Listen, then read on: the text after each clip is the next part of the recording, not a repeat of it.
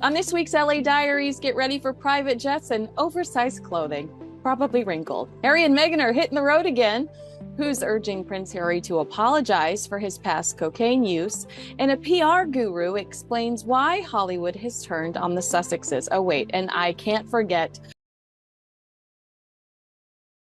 Viva Colombia! The vibrant colors, the lively music, and the warm-hearted people of Colombia welcomed two very special guests recently. Harry and Meghan take South America by storm. The Duke and Duchess of Sussex, known for their global influence and philanthropic efforts, made quite an entrance. Hola amigos! Prince Harry and Meghan Markle, the Duke and Duchess of something or other, recently graced Colombia with their presence. Their arrival was met with cheers and excitement from fans and locals alike. That's right, they swapped their Montecito mansion for a little South American adventure. Leaving behind the comforts of their California home, they embarked on a journey filled with new experiences and cultural exchanges. Now, we all know Harry loves a good adventure, especially after those wild tales he spilled in his memoir. His stories of daring escapades and heartfelt moments have captivated audiences worldwide. But this time, it was all about promoting a good cause. Or was it? Their visit included several charity events, where they engaged with local communities and supported various initiatives aimed at improving lives. I asked ChatGPT to write a poem about Prince William's Olympic beard. These are my LA Diaries.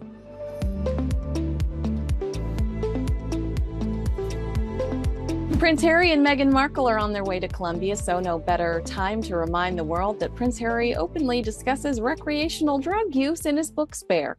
Harry remembers an incident in the book where a tabloid editor claimed to have pictures of a then-teenage Harry doing cocaine in an attempt to blackmail him into doing an exclusive interview. The palace called the editor's bluff. No photographs ever surfaced, but Harry admits that he was, in fact, using cocaine at that time, writing, well, his ghostwriter writing, "Of course, I had been doing cocaine around this time. At someone's country house during a shooting weekend, I'd been offered a line and I'd done a few more sets. It wasn't much fun and it didn't make me particularly happy as it seemed to make everyone around me, but it did make me feel different. And that was the main goal, feel different. I was a deeply unhappy 17-year-old boy willing to try almost anything that would alter the status quo. That is what I told myself anyway." This week, a friend of Prince William's told the Daily Beast that Prince Harry should apologize for doing cocaine as a young man on him and Meghan Markle's trip to Colombia. The friend said Harry admitted to doing coke in his book. His trip to Colombia should include an admission that the country has been destroyed by narco-terrorists servicing wealthy drug users in the West, and he should stand up and apologize for his own participation in that disgusting trade. That would be a helpful intervention. The Daily Beast points out that drug-related crime has made the South American country one of the most dangerous places on earth to live. It has one of the highest murder rates in the world, which completely explains why a man that is hyper-obsessed with the safety of himself and his wife would hop on a plane for a friendly visit. Harry and Meghan's trip to Colombia is expected to begin on Thursday. Media friends, I am literally begging you to stop calling these hillbilly holidays royal tours. These two quit their royal responsibilities due to a lack of qualifications and an inability to handle the demands of the position. In a statement announcing the visit, the government said that Harry and Meghan were visiting in recognition of their global leadership in fostering a safer online environment. Let's be honest. Seeing those two hobnobbing in Cartagena is about as believable as a unicorn riding a private jet. Their presence at high society events raised eyebrows and sparked conversations. And speaking of private jets, well, we'll get to that later. Their mode of travel has always been a topic of interest, and this trip was no exception. Stay tuned as we delve deeper into their Colombian escapade and uncover the stories behind the headlines.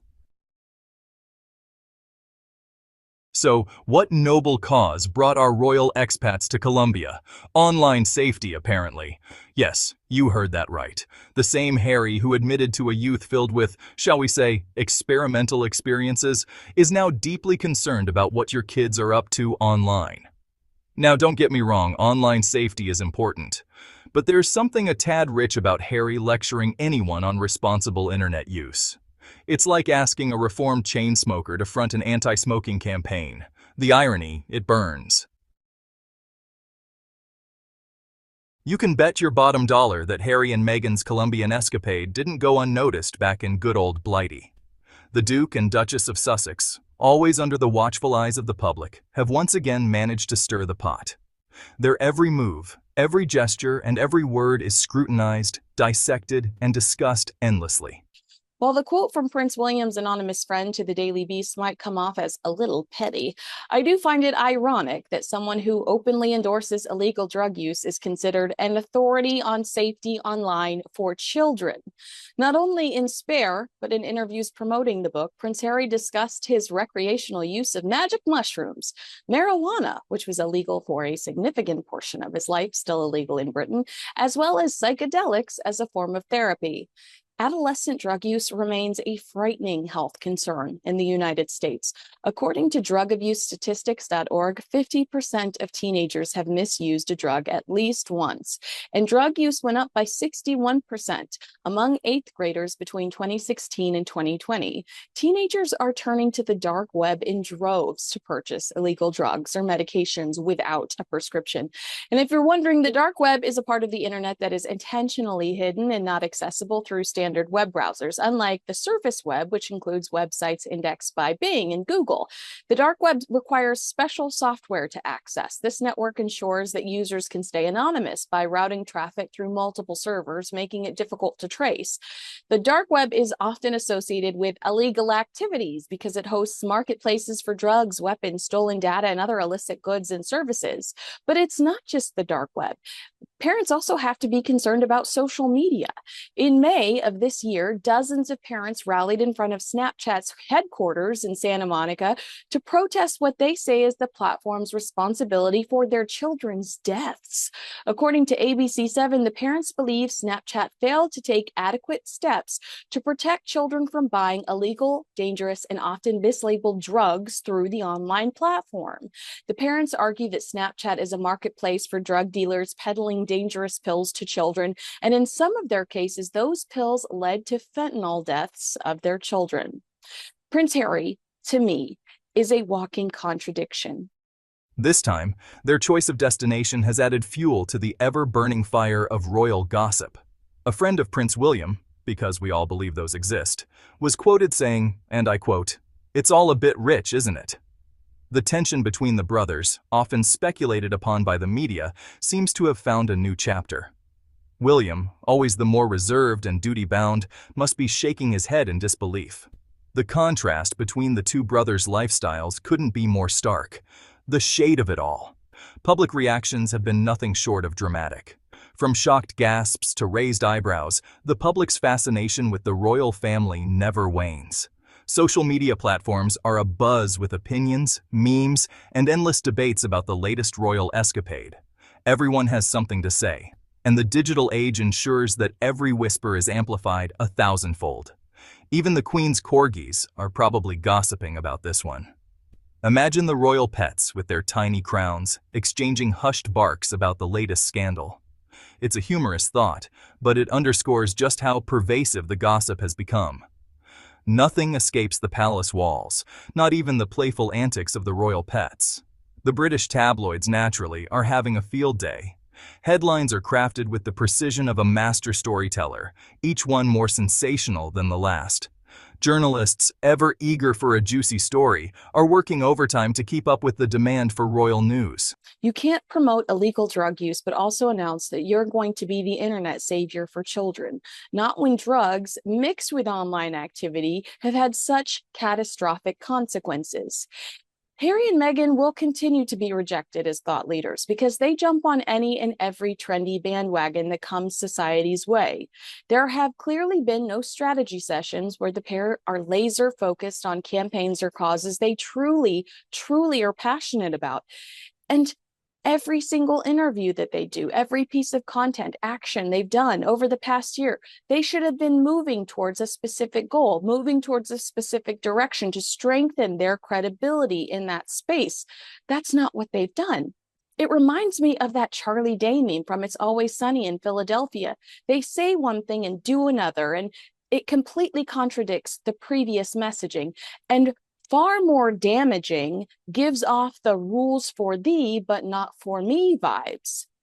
Prince Harry's Travelist company says their goal is for travelers to make more informed travel choices that reduce their trip's environmental impact. Yet Prince Harry and Meghan Markle take private jet after private jet. Worse than that, last October, they flew a private jet to a Caribbean island just days after attending a conference on the impacts of climate change in New York. The public's appetite for scandal is insatiable, and the tabloids are more than happy to oblige. Headlines scream about hypocrisy, double standards, and the price of Colombian coffee beans. The irony of it all is not lost on anyone. The very same people who criticize the couple for their choices are the ones who can't get enough of the drama. It's a never-ending cycle of outrage and fascination, each headline more outrageous than the last. It's enough to make you want to pour yourself a stiff drink.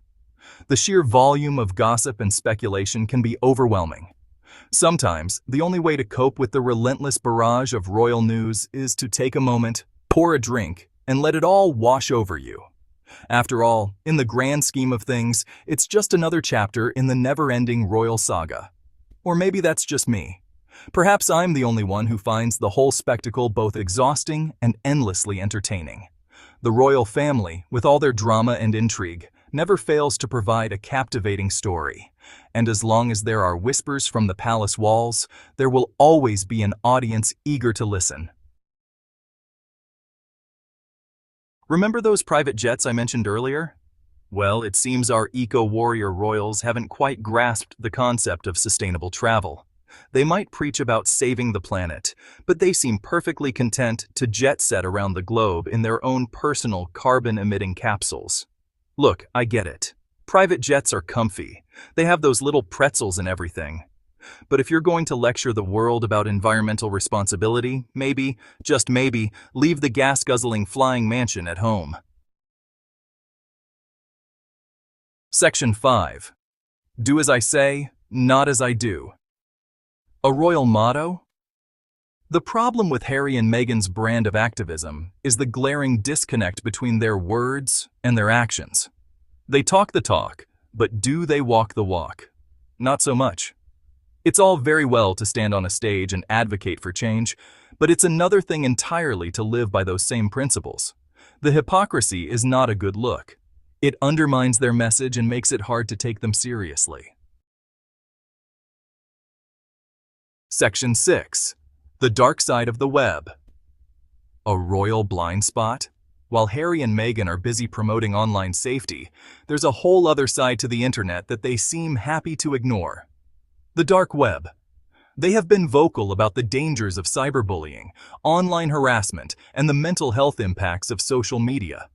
Their efforts in these areas are commendable and have brought much-needed attention to these issues. But what about the dark web? You know, that murky online underworld where all sorts of illegal and dangerous activities take place. It's a hidden part of the internet that isn't indexed by traditional search engines and requires special software to access. This is where the real dangers lurk, far beyond the reach of social media platforms and public scrutiny. It's one thing to talk about cyberbullying and online trolls, but what about the real criminals operating in the shadows of the internet? The drug traffickers, the arms dealers, the human traffickers. These are the individuals and networks that pose a significant threat to global security and human rights. They use the dark web to conduct their illicit activities, often with impunity. Where's the royal outrage over that? It's a question worth asking. While their focus on online safety is important, it seems there is a glaring blind spot when it comes to addressing the more sinister aspects of the internet. The dark web is a breeding ground for some of the most heinous crimes imaginable, yet it rarely gets the same level of attention. Perhaps it's time for a more comprehensive approach to internet safety, one that includes shining a light on the darkest corners of the web. Section 7. Fading star power. Where did their friends go? Remember when Harry and Meghan were the darlings of Hollywood? Hanging out with Oprah, rubbing shoulders with the Clooneys? Well, those days seem long gone. Lately, their star-studded social circle seems to have shrunk considerably. Maybe their A-list pals are finally starting to see through the facade, or maybe they're just tired of being used as props in Harry and Meghan's never-ending quest for relevance. Whatever the reason, it's not a good look for the royal brand. Section 8. So, are they for real? You decide. So there you have it, folks. Harry and Meghan's Colombian adventure. A whirlwind of good intentions, questionable actions, and a whole lot of hypocrisy.